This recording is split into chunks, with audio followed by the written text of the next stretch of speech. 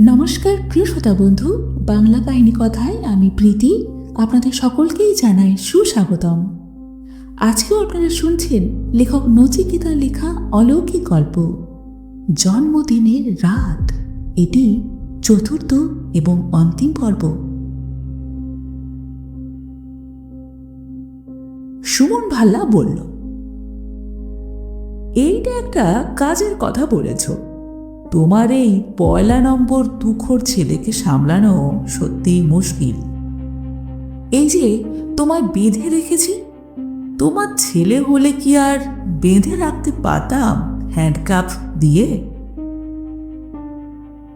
তারপর বুড়ির দিকে তাকালো, বলল,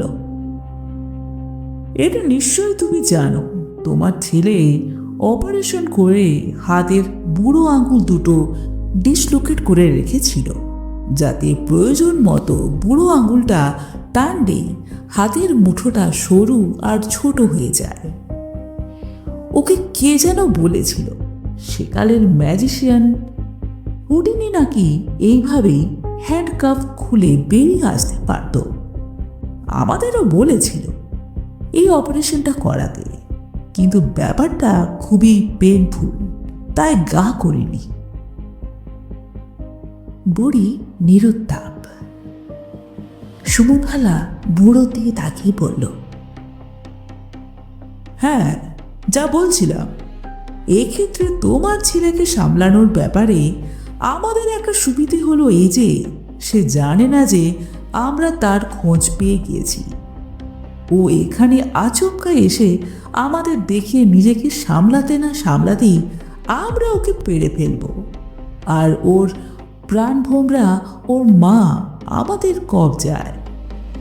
যে মা ওর জন্যে সারা জীবন নাকি কত কষ্ট করেছে, যে মায়ের জন্যে ন্যাকাটার সারাক্ষণ মন কাঁদে, যে মাকে ছাড়া ও একদম থাকতে পারে না, সেই মাকে আজ মৃত্যু মুখে দেখে আমাদের ৩০০ কোটি টাকা নিশ্চয়ই ও ফিরিয়ে দেবে, কি বলো?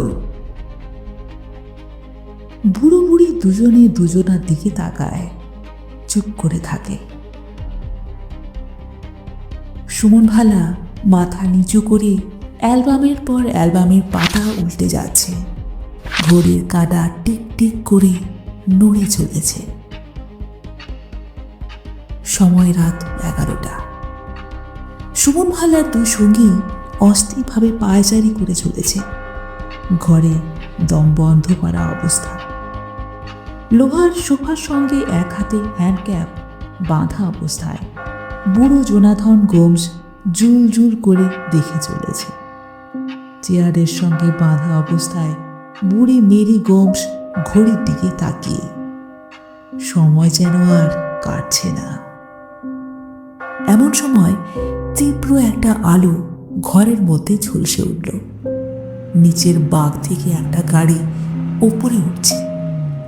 তারই আলো বাংলোর মধ্যে এসে পড়েছে। সুমন ভাল্লার এক সাগরেদ দরজার দিকে তাকিয়ে উঁকি মেরে বলে, বস, ওপরে একটা গাড়ি উঠছে, এটা নিশ্চয়ই সে। সুমন ভাল্লা চটপট পকেট থেকে রিভলভারটা বের করলো, সাগরেদটির উদ্দেশ্যে বলল, তোরা শিগগির একজন পাহাড়ের ঢালের আড়ালে আর একজন ওক গাছটার আড়ালে দাঁড়া। ঘরে ঢুকতে দিবি, ঘরে ঢুকলেই পেড়ে ফেলবো। দুজন সাগরেদ বাইরের অন্ধকারে মিশে গেল। এবার সুমন ভাল্লা উঠে দাঁড়ালো। তার কোল থেকে অ্যালবামগুলো মাটিতে পড়ে গেল।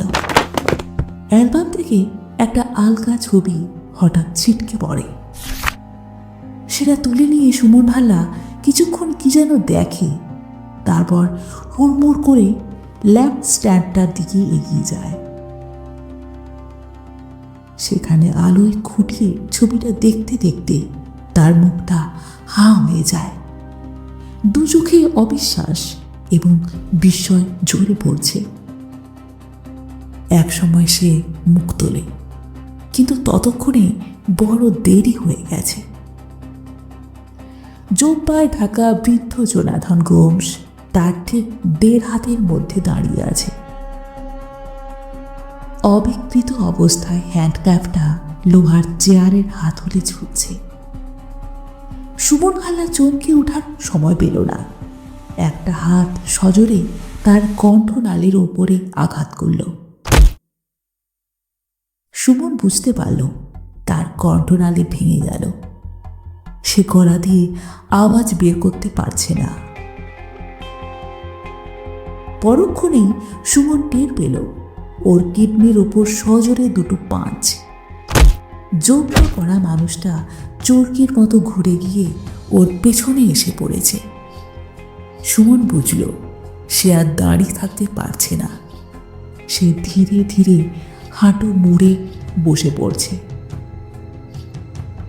জোপা পড়া মানুষটা এবার বিদ্যুৎ গতিতে বাংলোর বাইরে বেরিয়ে গেল এবং অন্ধকারে মিশে গেল।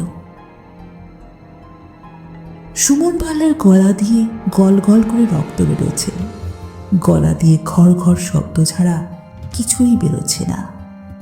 উঠে দাঁড়াতে পারছে না। কোমরে তার অসহ্য যন্ত্রণা। মিনিট খানেকের মধ্যে জোব্বা পড়া মানুষটা ঘরে ঢুকল। দ্রুত পায়ে টেবিল থেকে কেক কাটার ছুরিটা তুলে নিল। মুহূর্তের মধ্যে চেয়ারে বাঁধা মেরি গোমসের দড়ি কেটে দিল।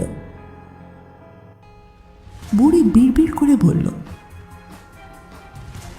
তোমার রিফ্লেক্স কমে যাচ্ছে, এত সময় লাগে? জোব্বা পড়া মানুষটা সুমন ভাল্লাকে কাঁধে তুলে নিতে নিতে বলল, এসে বলছি। তারপরে নিমেষে ঘরের বাইরে ছায়ার মতো মিলিয়ে যায়। সুমনকে নিয়ে মানুষটা অন্ধকারে মুখ লুকিয়ে থাকা সুমনদের কালো সুমো গাড়িটার কাছে আসে। দরজা খুলে সুমনকে ড্রাইভারের পাশের সিটটায় বসিয়ে দেয়। সুমন মাথা ঘোরাতে পারছে না। চোখ ঘুরিয়ে দেখে পিছনের সিটে তার 2 সাকরেদ আধশোয়া অবস্থায় পড়ে আছে। সুমন ভাল্লার অভিজ্ঞ চোখ বুঝিয়ে দেয় ওর 2 সাগরেদই আর বেঁচে নেই। সম্ভবত ঘাড় মোটকে মারা গেছে। জোব্বা পড়া মানুষটা এবার এক ছুটে বাংলোর মধ্যে ঢুকে গেল এবং খালি স্কচের বোতল নিয়ে তখনই বেরিয়ে এলো। এবার মানুষটা ড্রাইভারের সিটে বসল। গাড়ি স্টার্ট দিল। দ্রুত নিচে নামতে থাকে। গাড়িতে স্পিড একটু কমায় না। বেশ কিছুক্ষণ গাড়ি চালিয়ে যখন গাড়িটা চেকপোস্টের কাছে আসে, মানুষটা এক হাতে স্টিয়ারিং ধরে এবং অন্য হাতে স্কচের বোতলটা তুলে নেয়। চেকপোস্টের বাইরে হেলান দিয়ে নেশাগ্রস্ত ছেদিলাল তখন ঘুমের চেষ্টা করছে। এমন সময় সে দেখল একটা গাড়ি বিদ্যুৎ গতিতে পাহাড়ের গা দিয়ে নামছে। পাহাড়ে এত জোরে গাড়ি চালানো ঠিক নয়। ছেদিলাল তাই ভাবে, এই কার গাড়ি? আহম্মকের মতো এত জোরে চালাচ্ছে। ভাবতে ভাবতেই গাড়িটা গর্জন করে ছুটে বেরিয়ে গেল। যেতে যেতে স্কচের বোতলটা তার সামনে ছুঁড়ে দিয়ে গেল। বোতলটা সশব্দে টুকরো টুকরো হয়ে ছড়িয়ে পড়ল। ছেদিলাল ঘুম ভুলে চেয়ার ছেড়ে উঠে চিৎকার করে গালাগালি দিয়ে বলে উঠল, মরবি মরবি শালা মাতা! কয়েক মিনিট পরেই দেখা গেল গাড়িটা চেকপোস্ট থেকে অনেকটা দূরে একটা বিশাল খাদের পাশে দাঁড়িয়ে। জোব্বা পড়া মানুষটা সুমন ভাল্লাকে ড্রাইভিং সিটে টেনে এনে বসালো। তারপর গাড়ির দরজা বন্ধ করে গাড়িটাকে ঠেলতে থাকে খাদের দিকে। গাড়িটা শূন্য স্পর্শ করার আগে জোব্বা পড়া মানুষটা জানলা দিয়ে সুমনকে বলে, গুড বাই মন। গাড়িটা শূন্য স্পর্শ করে। সুমন ভাল্লা আশ্বস্ত এবং নিশ্চিন্ত হয় তাদের সন্ধান সার্থক হয়েছে। এই নামে তাকে একজনই ডাকত। এবার দেখা গেল জোব্বা পরা মানুষটা আর রাস্তা নয়, পাকদর্নি পেয়ে ধীরে ধীরে উঠছে। অনেক নিচের শব্দ করে আছড়ে পড়েছে গাড়িটা, আগুন ধরে গেছে। জোব্বা পরা মানুষটা অনেকক্ষণ পরে বাংলোয় এসে ঢোকে। এই শীতেও সে দরদর করে ঘামছে, তার সারা গা ধুলি ধূসরিত। সে সোজা বাথরুমে ঢুকে গেল। একসময় স্নান করে বেরোয়, তার শরীরে এখন অন্য একটি জোব্বা। বুড়ি গজগজ করছে। প্রায় 1 ঘন্টা দেরি হয়ে গেল, তোমার রিফ্লেক্স কমে যাচ্ছে। এত সময় লাগালে কোন আক্কেলে? জোব্বা পরা মানুষটা শান্ত স্বরে বুড়িকে জড়িয়ে ধরে বলে, 11টা অবধি তো এমনিতেই অপেক্ষা করতে হতো, ডেয়ারির গাড়িটা পাশ করা পর্যন্ত। আর মৃত্যুর কারণ যদি মদ খেয়ে জোরে গাড়ি চালানোর জন্য হয়, তবে পোস্টমর্টেম রিপোর্টে পেটে যথেষ্ট পরিমাণে মদ থাকারও দরকার আছে। তারপর জোব্বা পরা মানুষটা মেঝেতে পড়ে থাকা ছবিটা হাতে নিয়ে বলে, আচ্ছা তুমি বলো, তোমাকে এই ছবিটা কবে নষ্ট করতে বলেছিলাম? আর একটু হলেই হয়েছিল আর কি। বুড়ি অপরাধীর মতো কাঁচু মাচু মুখ করে থাকে। জোব্বা পরা মানুষটা ছবিটা ফায়ার প্লেসের আগুনে ছুঁড়ে দিল। ছবিটা চিত হয়ে পড়তে থাকে। ছবিটা একটা সমাধির, যার উপরের প্রস্তর ফলকে লেখা আছে, এখানে চিরশায়িত জোনাথন গোমস, সঙ্গে সাল ও তারিখ 4 বছর আগের 1 জুন মাসের। বাইরে তখন ঝুপসি অন্ধকার। অজগর রাস্তাটা পাহাড়টাকে প্রায় গিলে ফেলেছে। বাতাস একঘেয়ে সুরে হেঁয়ালি শুনিয়েই যাচ্ছে। মৃতপ্রায় পাহাড়টা প্রশ্ন করে, তুমি কিন্তু বললে না কে আদি পাণ্ডব? বাতাস পাহাড়টার গায়ে হালকা ছোঁয়া দিয়ে বলে, আদি পাণ্ডবের নাম পুরু, যার বাবা অনন্ত যৌবন ভোগ করতে চেয়েছিলেন।